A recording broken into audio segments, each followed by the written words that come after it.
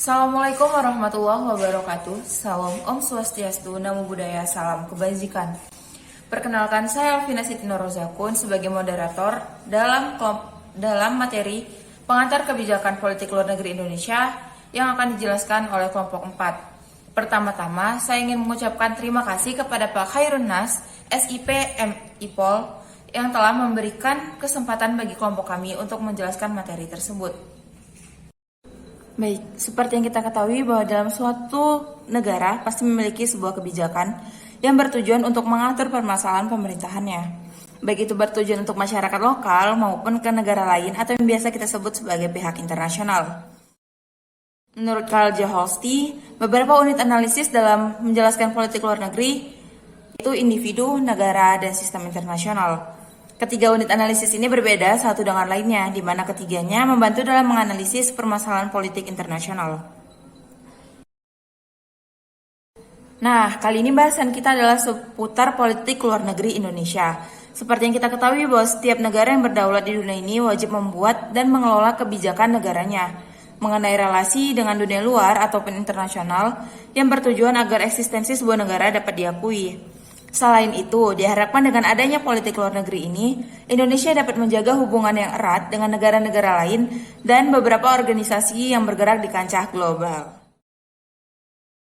Indonesia adalah negara yang berdaulat dan sebagaimana tercantum dalam Undang-Undang Nomor 37 Tahun 1999, Indonesia wajib mengelola relasi dengan dunia luar yang bertujuan mencapai tujuan nasional serta mengupayakan kepentingan nasional. Semakin berkembang dan majunya dunia internasional menuntut untuk seluruh negara mengupayakan kepentingan nasional negara mereka lewat diskusi secara bilateral, multilateral, dan regional. Nah, sekarang kita masuk kepada pembahasan yang pertama. Pembahasan pertama ini mengenai konsep ruang lingkup politik luar negeri Indonesia yang akan dibahas oleh teman kita yaitu Riko dan Calvin yang akan menjelaskan mengenai prinsip-prinsip dari politik luar negeri Indonesia. Check it out. Ini saya akan menjelaskan konsep dari politik luar negeri. Seperti yang kita ketahui, untuk mencapai tujuan tertentu itu sebuah negara itu harus menjalin suatu hubungan internasional dengan negara lain. Bagaimana caranya? Dengan melakukan politik luar negeri. Sebelumnya kita harus tahu dulu nih definisi dari politik luar negeri itu bagaimana. Tingkah laku kebijakan politik luar negeri itu adalah sebuah reaksi terhadap lingkungan eksternal, keseimbangan ataupun ketidakseimbangan semua unit dalam sistem internasional. Pada tingkat analisis ini, politik luar negeri itu tidak hanya dilihat sebagai reaksi terhadap lingkungan eksternal ataupun pada keseimbangan belaka, melainkan politik luar negeri ini merupakan cerminan dari kebutuhan-kebutuhan domestik dari sebuah negara. Nah, teman-teman, karena terdesaknya pemenuhan kepentingan dan kebutuhan domestik ataupun dari dalam negara itu, politik luar negeri ini hadir dalam bentuk serangkaian kebijakan yang akan melahirkan reaksi bermacam dari negara-negara yang ada di dunia ini. Kemudian, pola reaksi dan interaksi yang dihasilkan akan menghasilkan suatu hubungan yang akan dijalankan baik antar negara ataupun negara dan organisasi internasional. Pada dasarnya, hal itu merupakan strategi dasar suatu negara untuk mencapai suatu tujuan ataupun kepentingan negara, serta hal tersebut menentukan keterlibatan negara kita di dalam isu internasional sekitar. Selanjutnya kita akan membahas lebih dalam mengenai konsep dari politik luar negeri itu. Pertama, ada isolasi, yang mana itu merupakan suatu hal yang membatasi ataupun menutup interaksi politik dan militer dengan negara lain ataupun organisasi internasional lainnya. Negara yang menggunakan pola interaksi ini berasumsi bahwa kemerdekaan negara itu dapat dicapai melalui pembatasan administrasi di sekitar basis dalam negeri. Negara yang pernah melakukan hal tersebut ialah Jepang, Korea Utara, dan Myanmar. Banyak alasan yang menjadi dasar orientasi isolasi ini, tapi kebanyakan alasan itu memperlihatkan kecemasan akan menjadi objek persaingan negara besar dan akan menjadi dominasi pihak asing terhadap aktivitas ekonomi. Sekian dari saya. 2. Strategi non-blok dan netralitas. Orientasi non-blok atau netralitas memiliki persamaan, yakni keinginan untuk tidak mengikat diri ataupun memanfaatkan kemampuan militer dan diplomatik untuk membantu kepentingan politik negara lain. Perbedaan antara pola interaksi non-blok dan netralitas adalah kalau netralitas, sebuah negara tidak melibatkan kemampuan militer dan dukungan diplomatiknya terhadap negara lain. Negara netral adalah negara yang adil, pihak manapun dan ada peperangan, dan berupaya menghindari supaya tidak diserang oleh kedua pihak yang berseteru. Kebijakan kenetralan netral pada konflik bersenjata. Pemikiran netral dalam konflik berlainan dengan non-blok, di mana politik non-blok berupaya sebagai pihak independen yang terdiri dari sekutuan negara, di mana dalam mekanisme sistem internasional berusaha tidak terlibat konflik antar blok dan berupaya menjadi penengah atau mediator dua blok yang berseteru, sarana memperoleh konsensi ekonomi dari dua blok, meningkatkan pengaruh diplomasi. 3. Koalisi, aliansi, dan kerjasama internasional. Persekutuan, gabungan, atau aliansi beberapa unsur di mana dalam kerjasamanya masing-masing memiliki kepentingan sendiri-sendiri. Kerjasama internasional diwujudkan dalam 4 bentuk, yaitu kerjasama universal atau kerjasama seluruh bangsa dalam suatu organisasi internasional yang diarahkan mampu mempersatukan dan mencapai cita-cita bersama, serta menghindari disintegrasi antar bangsa, yakni United Nations dan lembaga di bawahnya. Kerjasama regional seperti ASEAN, Uni Eropa, dan lainnya.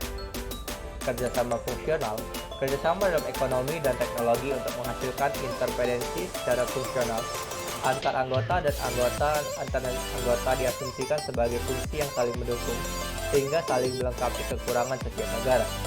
Dan kerjasama ideologi berkaitan dengan pola sikap negara dalam bertindak guna mencapai tujuan dalam melakukan interaksi dengan negara lain. Nah, terima kasih kepada Riko dan Calvin atas pemaparannya mengenai konsep dan prinsip. Selanjutnya kita membahas mengenai ruang lingkup dari politik luar negeri Indonesia. Bahasan kali ini akan disampaikan oleh Dea. Kita telah bersama-sama mengetahui apa itu konsep dari politik luar negeri Indonesia. Nah, selanjutnya kita akan membahas mengenai ruang lingkup dari politik luar negeri Indonesia. Secara umum, ruang lingkup berarti batasan. Ruang lingkup politik luar negeri Indonesia dapat diartikan sebagai area kajian dan segala sesuatu yang masih berkaitan dengan politik luar negeri Indonesia. Agenda dari politik luar negeri Indonesia dapat dianalisis melalui 3 tingkatan. Di tingkat pertama yaitu lingkup domestik. Lingkup domestik merupakan lingkungan internal dari Indonesia itu tersendiri atau lingkungan dalam negeri. Strategi politik luar negeri Indonesia tak dapat terpisahkan dari kebijakan politik domestik.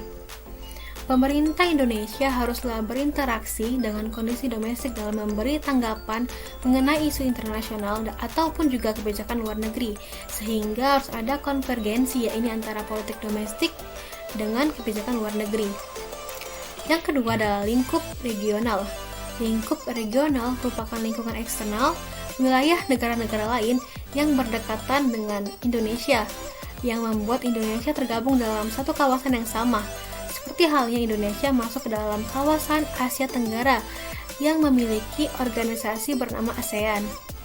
Pada tingkatan terakhir adalah lingkup global, lingkungan eksternal Indonesia, di mana sudah tidak dibatasi kawasan dalam menjalankan politik luar negeri. Indonesia dapat menjalankan politik luar negeri dengan berbagai negara di dunia. Oke, demikian penjelasan kedua. Sekarang ayo kita lanjut lagi ke bagian latar belakang. Nah, dari latar belakang ini akan disampaikan oleh teman kita, Son. Kepada Son, saya persilakan.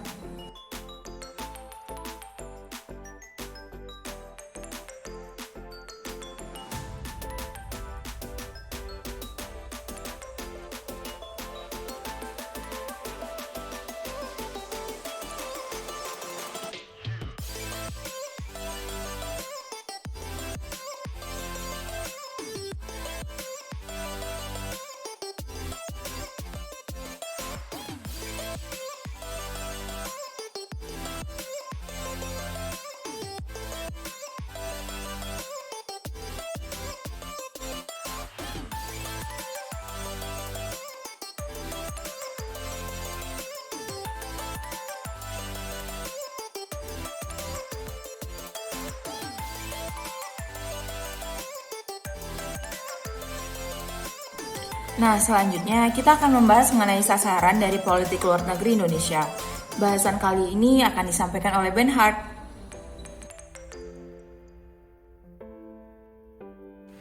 Baiklah, di sini saya akan menjelaskan tentang sasaran PLN RI. 5 sasaran fundamental yang mendorong politik luar negeri Indonesia adalah: 1. Membela kebebasan warga negara Indonesia dan melindungi negara. Sebenarnya kata-kata ini cukup dalam, guys. Pada saat itu, Indonesia adalah negara yang baru saja merdeka, belum memperoleh pengakuan dari beberapa negara, dan cara ini adalah dasar di mana kebebasan warga negara Indonesia adalah pondasi untuk memperoleh dan mempertahankan kemerdekaan. Yang kedua, mendapatkan standar kehidupan di sini adalah mendapatkan cukup makanan, khususnya beras, barang konsumsi, obat-obatan, dan lain sebagainya.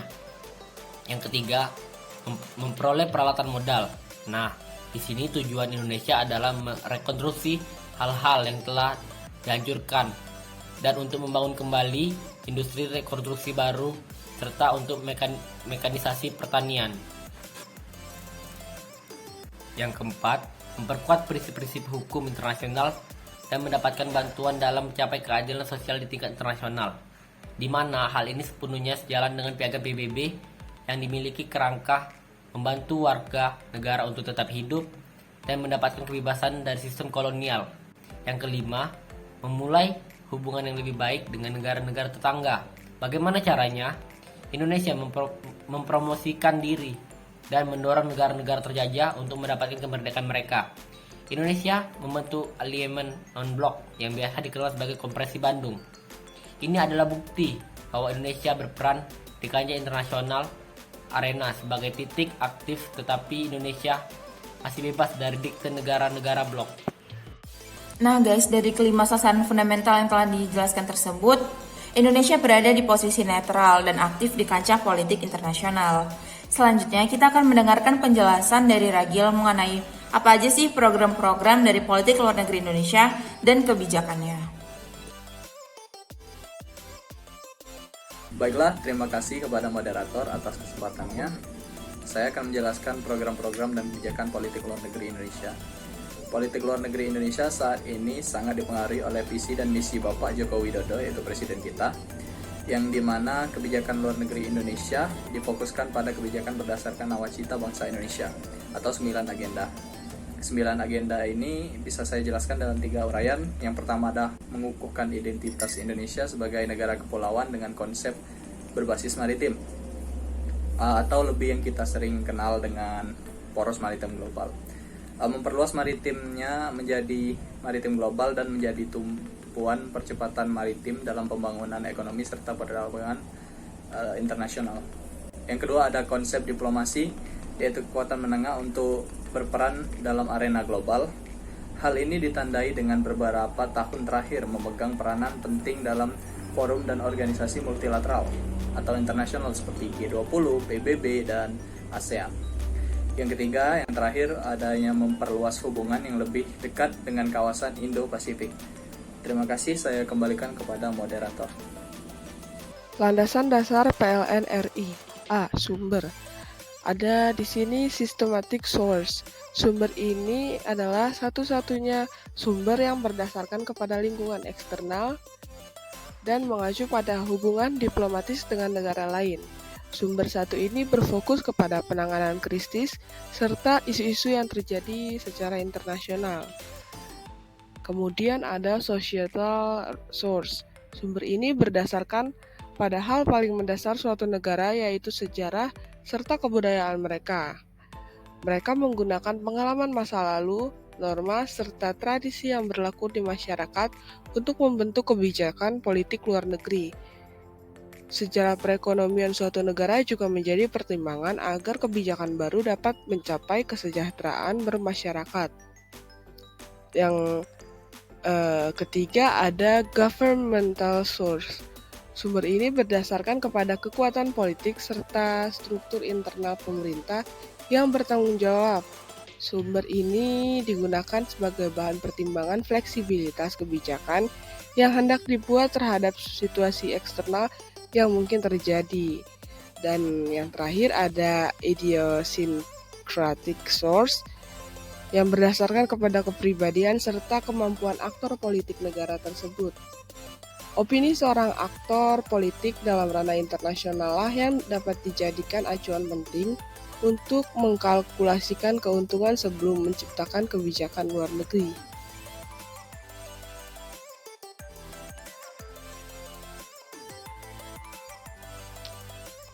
Yang terakhir ada tujuan. Tujuan politik luar negeri Indonesia adalah 1. Penyelesaian masalah perbatasan dengan negara tetangga secara non-kekerasan atau mengambil langkah diplomatis. 2. Peningkatan usaha dalam bidang ekonomi seperti kerjasama antar negara, pembangunan, penanaman modal, dan tukar teknologi. Yang ketiga, memberi fasilitas yang lebih mumpuni bagi para pahlawan devisa negara, yaitu para tenaga kerja Indonesia di luar negeri. Yang kelima, membangun dan meningkatkan hubungan bilateral dengan negara-negara di kawasan Asia Pasifik. Kemudian yang keenam, meningkatkan dan menggali potensi-potensi baru bagi hubungan antara Asia dan Afrika. Yang ketujuh adalah berusaha untuk menaikkan tingkat komitmen akan perdamaian dunia. Dan yang kedelapan, meningkatkan perlindungan dan pengamanan bagi warga negara Indonesia yang berada di luar negara. Dan kesembilan, upaya lebih terhadap diplomasi di bidang kemanusiaan, terkhusus bagi rehabilitasi bencana alam di Aceh dan di wilayah Sumatera bagian utara. Yang terakhir adalah mengupayakan koordinasi guna menciptakan hubungan politik luar negeri yang efektif dan efisien. Demikian pemaparan materi dari kelompok kami. Saya sebagai moderator memohon maaf apabila kami ada kesalahan. Semoga ilmu yang disampaikan dapat bermanfaat bagi teman-teman semua. Billahi taufiq wal hidayah. Wassalamualaikum warahmatullahi wabarakatuh. Salam sehat teman-teman, sampai jumpa.